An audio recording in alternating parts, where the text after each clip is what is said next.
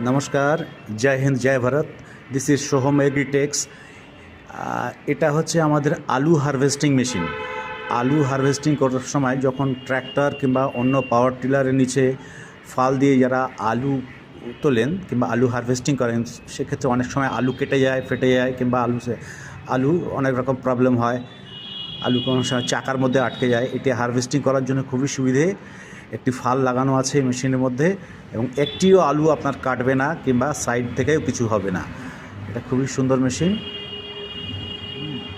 এটা দেখছেন, এটা জমি চষার মেশিন, যেটা পোর্টেবল জায়গায়, যেগুলো ছোটো ছোটো জায়গায় যারা জমি চাষ করতে চান তারা এই মেশিনটি ব্যবহার করতে পারেন। এটা খুবই কম দামের মধ্যে, কম রেঞ্জের মধ্যে পেয়ে যাবেন। 20,500 টাকা প্লাস জিএসটি এই মেশিনটার দাম। দেখুন কি সুন্দর চাষ করছে, কি সুন্দর, এটা খুব সুন্দর ওয়েতে এটা চাষ হচ্ছে। দেখুন।